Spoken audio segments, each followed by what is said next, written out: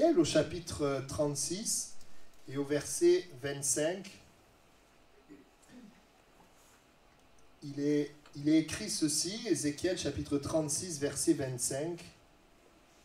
« Je répandrai sur vous une eau pure, et vous serez purifiés. Je vous purifierai de toutes vos souillures et de toutes vos idoles. Je vous donnerai un cœur nouveau, et je mettrai en vous un esprit nouveau.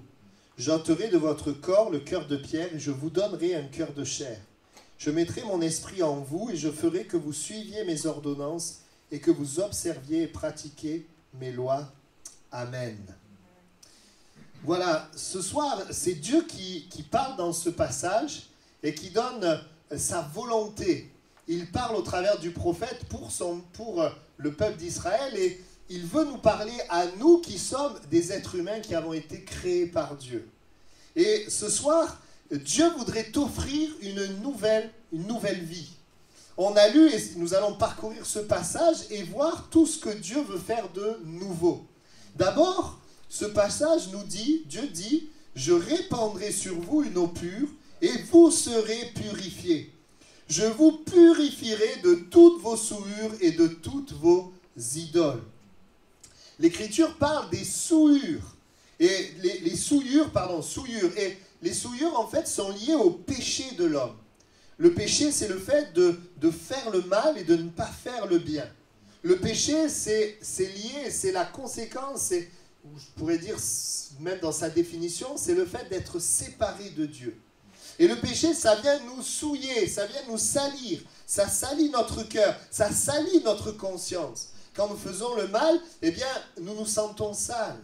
Notre conscience n'est pas tranquille. Après, évidemment, quand l'homme n'écoute pas sa conscience, bien, c'est comme si sa conscience était anesthésiée. Et du coup, il s'endurcit, il fait le mal en ne se rendant plus compte de ce qu'il fait. Mais Dieu, c'est Dieu qui a mis en nous cette conscience. Et il y a dans chacune de nos vies et de nos cœurs, le désir d'être pur.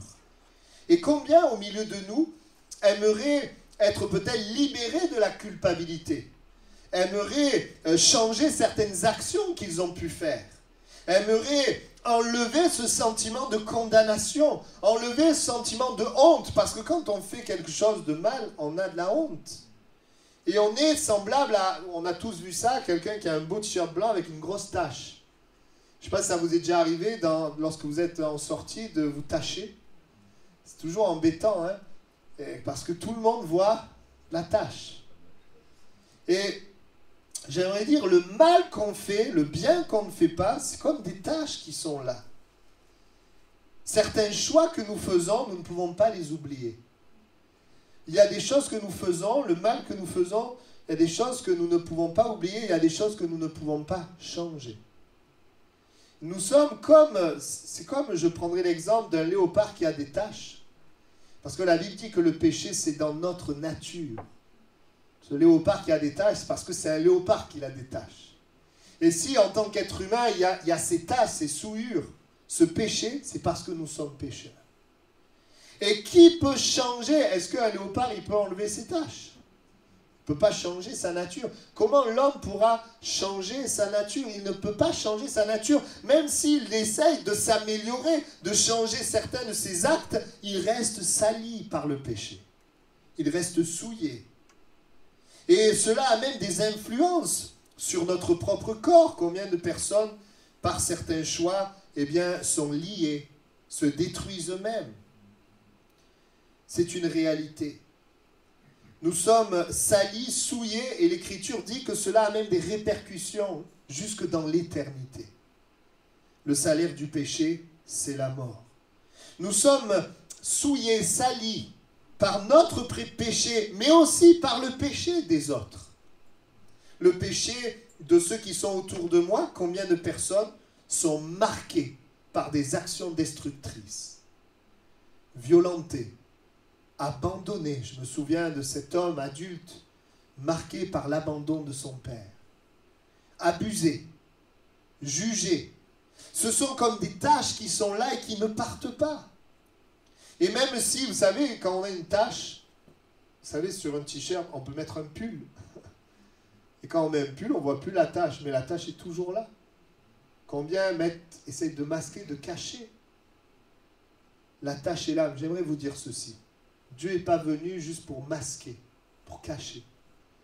Mais Dieu est venu pour purifier, pour laver ton cœur. Et ça, c'est ce que Dieu veut nous donner, premièrement, c'est un nouveau cœur. Il veut te donner un nouveau cœur. Vous savez, si vous ajoutez la moralité, la religion, les bonnes choses, eh bien, ça n'enlève pas la tâche. Même si je cherche à changer d'idée, à changer les idées, à faire du sport, à peut-être sortir, à faire ceci ou faire cela, ça n'enlève pas les tâches. Ça n'enlève pas les marques, ça n'enlève pas les souffrances. Le souvenir reste, la blessure reste. Lorsque nous avons fait du mal, même si nous faisons toutes sortes de choses, le mal est fait.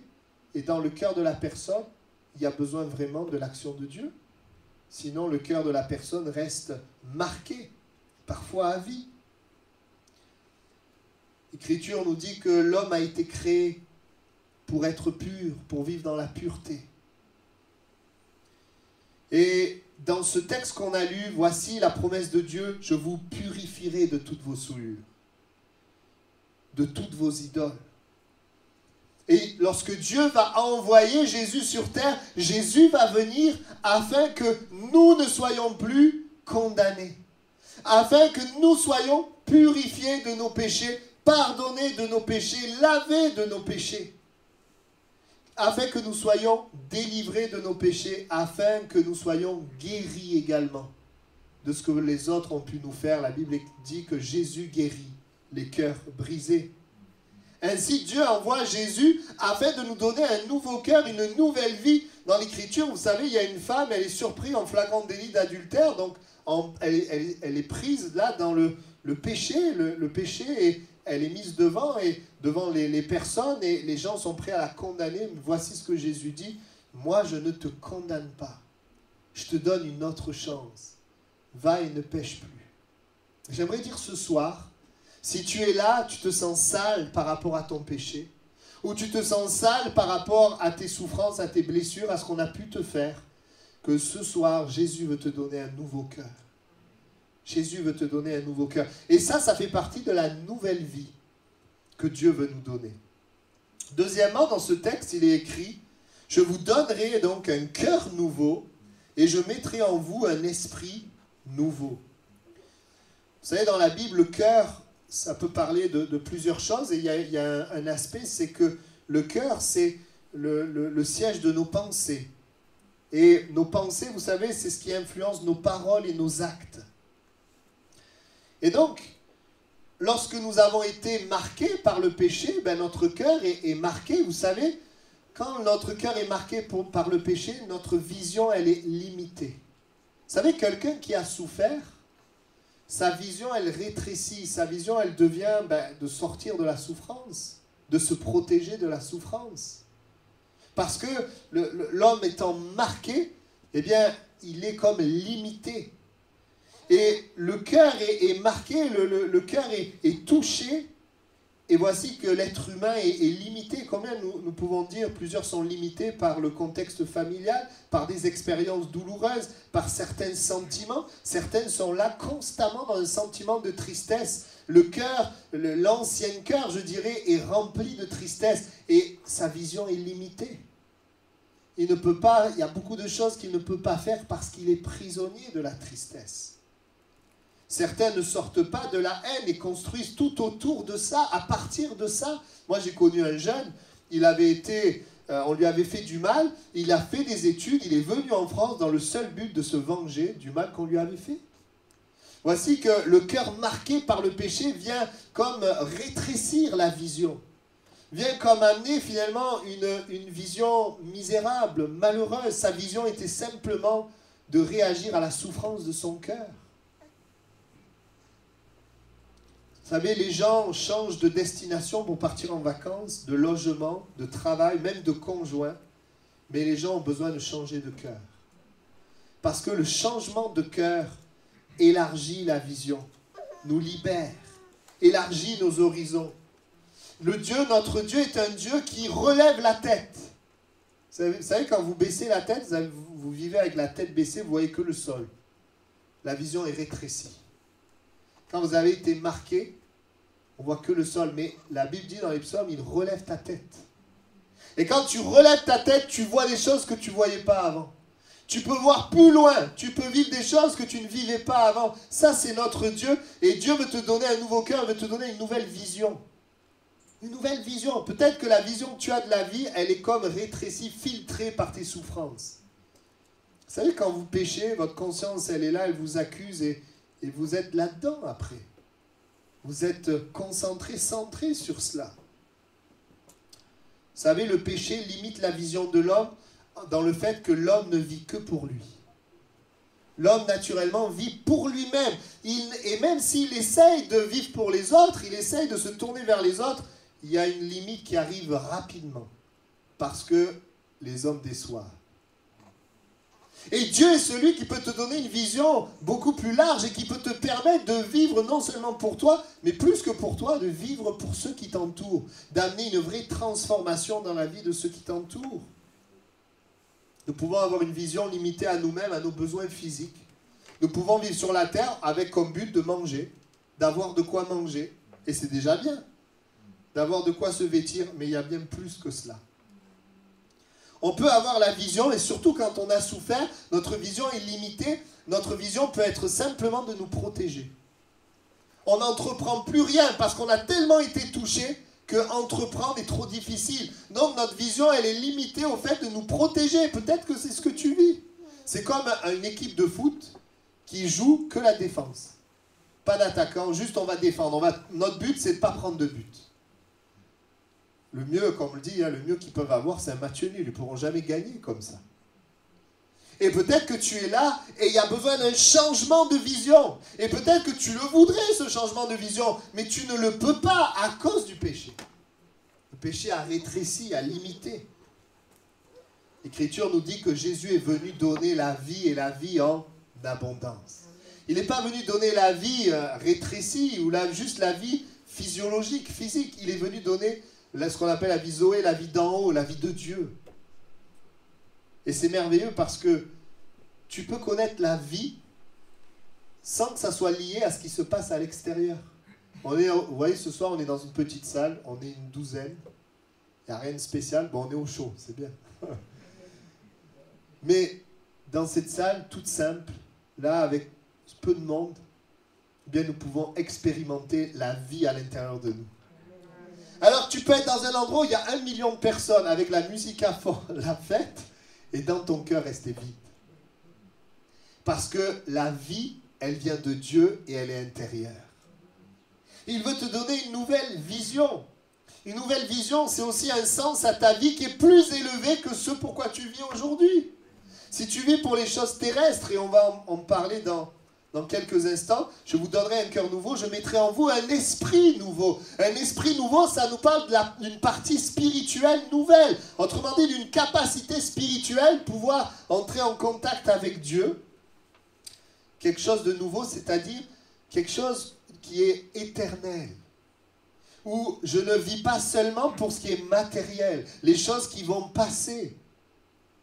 Mais il donne un esprit nouveau, il me permet de vivre, de regarder même au-delà de la mort, au-delà de cette vie sur terre, pour voir au-delà, de voir l'éternité, de pouvoir vivre pour ce qui est éternel. Amen. Il élargit notre vision jusque dans l'éternité, pour que nous puissions vivre avec Dieu. Et si aujourd'hui tu es là et tu as été limité dans ta vision par ton contexte familial, par tes circonstances, par Jésus, ta vision peut s'élargir. Dieu veut changer ta vision. Ta vision de la vie, mais ta vision spirituelle, te donner une dimension spirituelle pour que tu perçoives ce qui est spirituel. Et quand je dis percevoir ce qui est spirituel, je parle de Dieu, parce qu'il y a aussi dans le monde spirituel les ténèbres. Et nous savons que l'occultisme donne accès au monde spirituel des ténèbres, avec tout le lot, l'angoisse, la maladie, la crainte, la haine, toutes sortes de choses, le malheur. Mais quand je reçois ce cadeau de Dieu, je peux entendre Dieu me parler, je peux recevoir Dieu dans ma vie, dans mon cœur, il peut être réel. Oui, il veut donner un esprit nouveau. Cela veut dire que je peux vivre maintenant en communion avec Dieu.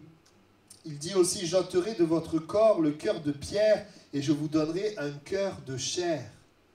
Toujours dans cette pensée de la vision, vous savez, on peut vite se rendre compte que le cœur de l'homme, il est dur. Il est dur. Indifférence, méchanceté. Souvent, vous savez, quand on est petit, quand on est enfant, le cœur, il n'est pas dur encore. Le cœur, il est malléable, il est innocent. Plus le temps passe, plus il y a des expériences de la vie qui sont là et peut-être difficiles, plus notre cœur, il s'endurcit. Égoïsme, prisonnier d'amertume, de haine, colère, orgueil. Mais voyez-vous, Dieu, il est celui qui donne un nouveau cœur dans ce sens où il donne une sensibilité. Il va te donner, par exemple, au lieu d'être égoïste, il va te donner d'aimer. Au lieu d'être prisonnier, il va te donner la liberté. Au lieu d'être dans l'orgueil, il va te donner un cœur humble et malléable. Est-ce que tu n'as pas besoin d'un cœur changé? Tu n'as pas besoin d'une sensibilité? Vous savez, quand vous êtes déçu, quand on vous fait du mal, vous fermez votre cœur et vous ne voulez plus aimer. C'est difficile d'aimer. Aimer, on a tous été créés pour être aimés, pour aimer. Mais quand tu as reçu des coups, quand on t'a fait du mal, on t'a trompé, vous savez ce qui se passe? Le cœur s'endurcit. Et on n'arrive plus à aimer. Mais Dieu donne un nouveau cœur. Te permet d'aimer à nouveau. Parce qu'il guérit ton cœur. Il te permet d'être libre. Amen. Troisièmement, donc il donne un nouveau cœur, une nouvelle vision. Troisièmement, il donne une nouvelle capacité. Je mettrai mon esprit en vous et je ferai en sorte que vous suiviez mes ordonnances et que vous observiez et pratiquiez mes lois. Beaucoup de gens pensent que être chrétien, c'est observer des lois. Ça, c'est être religieux. Mais être chrétien, ce n'est pas observer des lois. Être chrétien, c'est bien plus intéressant que cela. Être chrétien, c'est avoir Dieu avec nous, la capacité de Dieu pour agir selon ce qui est bien. Parce que les lois de Dieu sont là pour notre bien. Ouais, s'il y a des lois dans un pays, c'est pourquoi? C'est pour amener la paix dans le pays. C'est pour notre bien. L'homme voudrait, et bien sûr, contrôler toutes sortes de choses, mais les choses lui échappent et il se rend vite compte qu'il n'est pas capable de faire certaines choses. Regardez, si on parle des lois ou des bonnes choses, la vérité par exemple. Beaucoup d'hommes ne sont pas capables de dire la vérité, de demeurer dans la vérité. Dans le travail, si un gain vient là et qu'il faut sortir de la vérité, le gain nous intéresse plus que la vérité. La fidélité. L'homme a du mal à être fidèle, que ce soit pour quelqu'un, pour un travail. La bienveillance. Oui, l'homme n'arrive pas à tenir. Peut-être que tu es là et tu dis, mais c'est vrai, moi, il y a des choses, je n'y arrive pas. Incapable face à l'impureté sexuelle. Incapacité. Face peut-être à la colère, à l'amertume. Incapable de pardonner. Mais voyez-vous, ce texte nous dit que Dieu n'est pas venu donner juste des lois, mais une capacité de vivre dans ces lois. Et c'est pour ça qu'il est écrit, je mettrai mon esprit en vous. Voilà ce que Dieu veut faire, il veut mettre son esprit en toi, te donner une nouvelle capacité. Cette capacité vient de Dieu qui vit en toi. Moi, je suis heureux d'être chrétien parce que je ne suis pas tout seul. Le Dieu qui est en moi, il m'aide. Et vous savez quoi? Comme il est réel, face aux choses qui sont là, face au mal, il me parle. Il m'avertit dans ma conscience. Il me parle. Il me donne aussi la bonne direction. Il me pousse vers la bonne direction et il me retient des mauvaises. Après, ce n'est pas lui qui fait tout, c'est moi qui choisis. Mais il m'aide. Il est là, avec moi. Il m'éclaire. Il éclaire ma conscience quand il y a quelque chose de mal. Vous savez, moi, avant d'être chrétien, je regardais beaucoup de films d'horreur. Aujourd'hui, si je vois film d'horreur, il y a quelque chose en moi qui ne veut pas. Parce que je sais ce que ça amène. Je ne me force pas, je n'ai pas le désir d'aller voir ces choses-là. Non, j'ai le désir de les fuir. Parce que les choses ont changé dans mon cœur. Oui, il nous donne la capacité, comment? Par la présence de son esprit en nous. Vous savez, dans la Bible, il y a une femme, elle a essayé de construire une relation amoureuse heureuse, mais elle a échoué, elle est incapable, parce que la Bible dit qu'elle a eu 5 maris. Ça veut dire qu'elle a eu le premier, ça n'a pas marché. Deuxième, ça n'a pas marché. Troisième, ça n'a pas marché. Quatrième, cinquième, du coup, la 6e personne, elle ne s'est pas mariée. Parce qu'elle s'est dit, je ne suis pas capable. Mais elle va rencontrer Jésus et Jésus va changer sa vie. J'aimerais te dire ce soir que Dieu veut te donner une nouvelle capacité. Peut-être que tu m'écoutes et il y a un domaine de ta vie, tu n'y arrives pas, tu es incapable. Mais Jésus, eh bien, c'est cette capacité qui vient de Dieu. La Bible dit, Christ en nous te rend capable. Amen. Vous savez aussi comment il nous rend capable? Il met son esprit en nous, mais il nous donne la parole de Dieu. Et la Bible dit que la parole, c'est comme une boussole, avec des conseils, avec la sagesse de Dieu. L'Écriture dit que la parole, c'est une lampe à nos pieds, une lumière sur notre sentier. Autrement dit, elle nous éclaire sur ce qu'il y a et sur ce qu'il faut faire. Vous savez, quand vous n'avez pas d'éclairage et que vous marchez, vous pouvez vous prendre des murs. Vous pouvez frapper. Mais quand il y a la lumière, vous ne frappez pas. Parce qu'il y a la lumière qui vous éclaire sur les dangers, sur les problèmes, sur le bon chemin. Et la parole de Dieu, elle est là pour nous dire, voici le chemin de la vie, voici le chemin de la mort, choisis la vie, afin que tu vives. La parole est là pour nous éclairer. Et quand tu décides de vivre ta vie, non pas selon tes pensées influencées par ce monde, mais tu décides de vivre ta vie par rapport à ce que Dieu dit dans sa parole, eh bien, tu te rends compte que tu peux réussir. Il y a une capacité qui est là, qui ne vient pas de toi, mais qui est le fait que tu t'appuies sur ce que Dieu dit. Vous savez pourquoi? Quand Dieu dit, quand Dieu parle, ça marche. Quand ce que Dieu dit, ça s'accomplit. Et ça nous demande de la foi. Et puis, quatrièmement, et je vais terminer ce message, il donne donc une nouvelle capacité, il donne une nouvelle influence dans nos vies. Je pourrais le relier au premier point, mais je voulais le dissocier. L'Écriture dit, on l'a lu, après avoir dit, je mettrai mon esprit en vous, et je ferai en sorte que vous suiviez mes ordonnances, il dit, vous serez mon peuple, et je serai votre Dieu. Je serai votre Dieu, autrement dit, il y a une nouvelle influence qui entre en jeu, c'est l'influence de Dieu dans ma vie.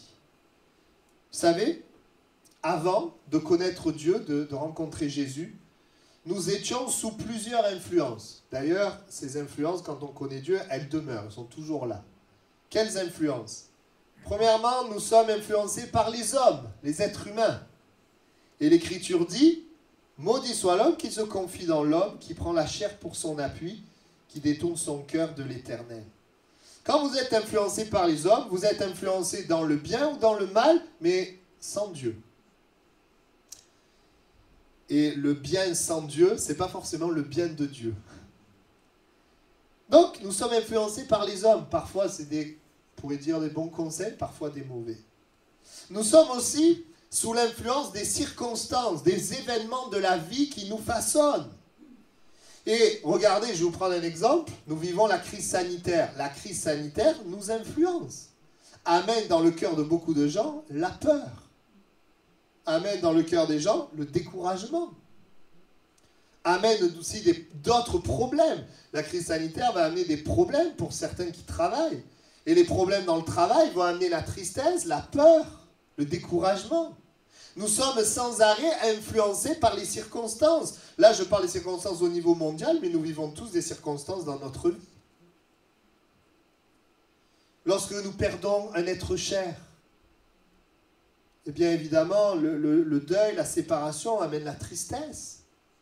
Lorsqu'on est trompé par quelqu'un, ben cette tromperie, elle amène de la colère. Nous sommes influencés par les circonstances. Et en général, ça ne nous fait pas du bien, ça ne nous réjouit pas. Et puis l'Écriture nous montre, nous sommes influencés par des hommes, des circonstances, mais nous sommes influencés spirituellement également, de différentes manières. D'abord, la Bible parle du diable qui est réel, qui détruit. Le diable qui est un séducteur, un trompeur, qui détruit la vie de ceux et de celles qui ne se sont pas confiés en Dieu. Et même si le diable se déguise et il essaye de ne pas se faire remarquer pour agir, mais il agit quand même. Il détruit. l'influence spirituelle aussi, comme je disais, le péché qui est une nature, notre vieille nature, ce cœur ancien, eh bien, nous influence vers le péché. Il y a une puissance de péché qui est là en nous et qui nous amène vers le mal. Paul le dira comme ça, je voudrais faire le bien, mais je fais le mal. Je ne fais pas le bien que je voudrais faire, par contre, je fais le mal que je ne voudrais pas faire. Il y a des influences, l'influence du péché qui est là. Mais voilà, Dieu veut te donner une nouvelle influence, sa propre influence dans ta vie. Et quand il y a l'influence de Dieu, eh bien, tu peux vraiment surmonter l'influence des hommes, des circonstances et l'influence du diable.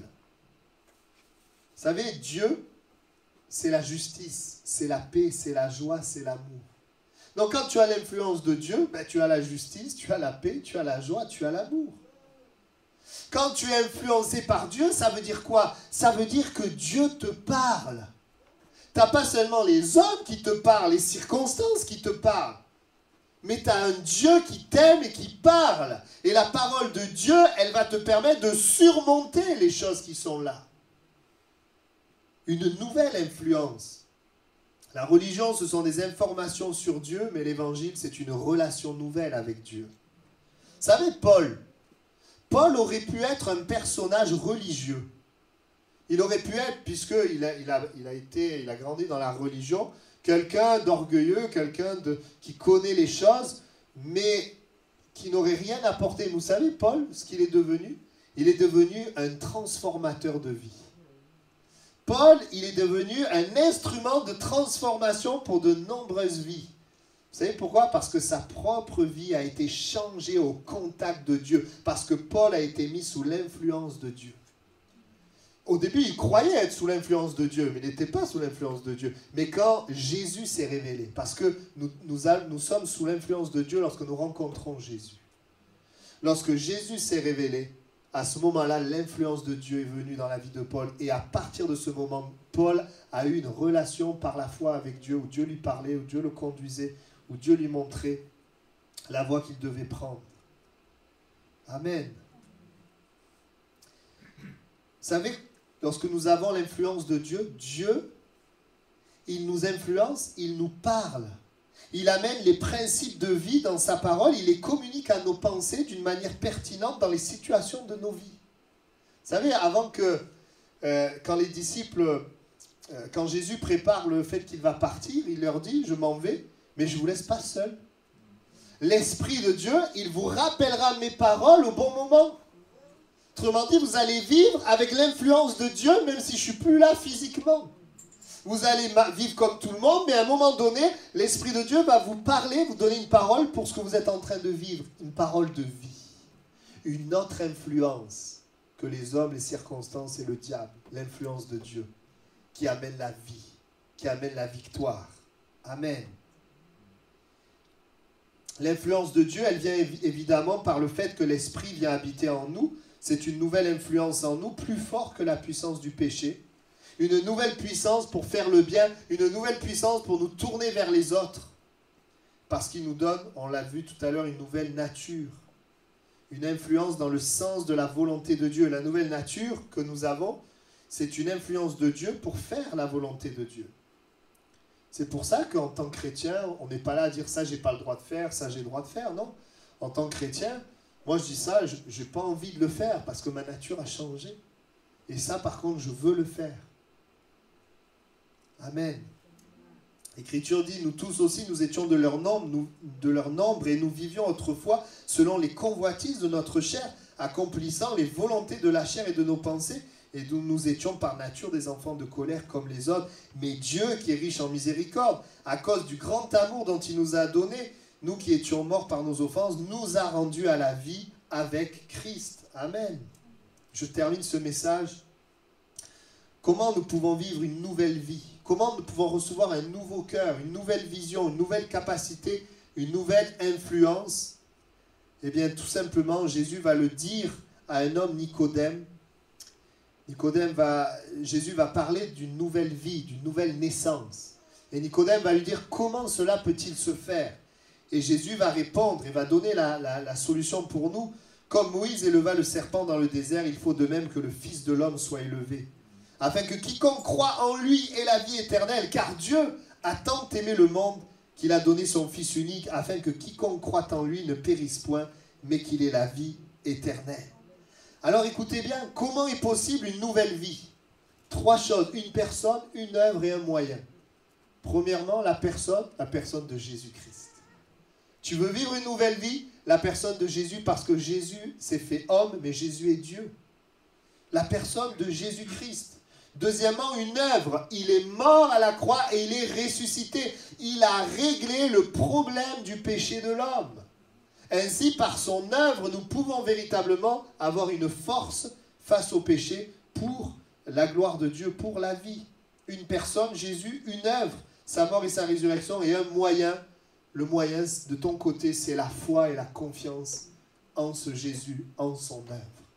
Tout simplement. Et la foi, la confiance, c'est un abandon. Je voudrais vous donner un exemple.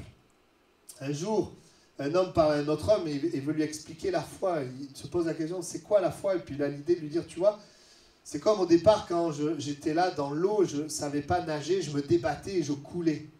Puis à un moment donné, j'ai arrêté de me débattre, je me suis laissé porter par l'eau et là je ne coulais plus. Eh bien la foi c'est ça, c'est un abandon. J'abandonne, j'arrête de lutter, je fais confiance. Je fais confiance en Jésus, dans la parole. Et à ce moment-là, je ne coule plus. Amen. L'évangile est une puissance de changement qui impacte toute ta vie. Vous savez, vous voyez là, il y a des années en arrière, la puissance de péché agissait en moi. Et je me souviens, je vous donne deux anecdotes qui me sont revenues. Comme je critiquais parfois par derrière, un jour, en critiquant comme ça, le gars est venu, il m'a mis un coup de poing, il m'a étalé par terre. J'étais comme ça, je ne pouvais pas m'empêcher de parler par derrière. Bon là, ce jour-là, j'ai appris une leçon. Et puis je me rappelle aussi, lorsque je venais à l'église, j'étais complètement indifférent. J'étais enfant, je venais à l'école du dimanche, et pour pas trop m'ennuyer, j'essayais de faire rire les copains. Jusqu'à ce que la monitrice d'école du dimanche, elle convoque mes parents. Parce qu'elle n'en pouvait plus, à cause de moi. C'était mon cœur, j'étais comme ça. Mais le Seigneur m'a changé, alléluia. Ouais, sinon je ne serais pas là. Il m'a changé, il m'a pas juste amélioré, il m'a donné un nouveau cœur. Nouveau cœur, une nouvelle vie. Et c'est possible pour toi. Amen. Bon, ne retenez pas que le coup de poing et l'histoire d'être convoqué. Le Seigneur est celui qui veut donner une nouvelle vie. Et peut-être ce soir, eh bien, tu as besoin peut-être d'être purifié, d'être lavé. Tu as besoin d'un nouveau cœur. Peut-être tu as besoin d'être libre de la culpabilité, de la honte. Jésus veut te pardonner. Peut-être que ce soir, tu as besoin d'une nouvelle vision. Parce que le péché, que ce soit le tien ou celui des autres, t'a limité. Et t'a amené dans une direction. Ou encore, tu as besoin d'une nouvelle capacité parce que tu es incapable dans un domaine de ta vie. Ou tu as encore besoin d'une nouvelle influence. Tout simplement, tu n'as pas de relation réelle avec Dieu. Tu connais peut-être des informations sur Dieu, tu entends parler, tu as peut-être écouté des prédications, mais tu n'as pas encore perçu cette voix de Dieu dans ton cœur qui amène la vie. Eh bien, le Seigneur veut le faire ce soir. On va incliner nos têtes si vous le voulez bien. Il n'est pas venu mettre quelque chose par-dessus ce qui ne va pas, mais il est venu changer ta vie, régler tes problèmes.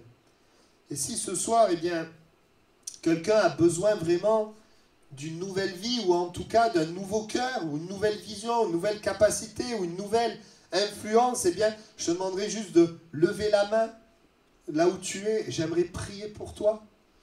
Voilà, et puis si Dieu te voit, tu veux baisser la main. Amen.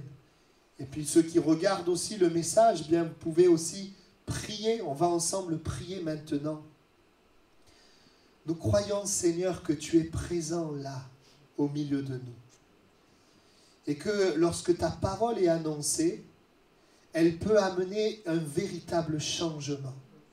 S'il y a une personne qui place sa confiance dans la parole, Et la parole de ce soir, elle est envoyée pour amener un changement que l'être humain ne peut pas opérer. Et je te loue pour cela. Aussi, je proclame ce soir, pour cette main levée, pour ceux qui vont écouter ce message, je proclame ce soir un changement. Un changement. Tu nous as juste demandé de te faire confiance. De faire confiance dans la personne de Jésus. Dans l'œuvre de la croix, la mort de Jésus et sa résurrection, de saisir que c'est pour nous apporter un changement. Seigneur, je déclare que tu agis. Pour cette main levée, je déclare un changement. Où l'homme n'a pas besoin de se débattre, mais où il s'abandonne à cette parole. Elle reçoit dans son cœur cette parole par rapport au problème. Merci Seigneur. Et vous qui avez levé la main ou qui avez écouté ce message, eh bien dans les jours qui viennent, croyez que Dieu opère ce changement. Croyez-le dans vos pensées et déclarez-le de votre bouche. Déclarez ce texte qu'on a lu ensemble. Tu me donnes un cœur nouveau.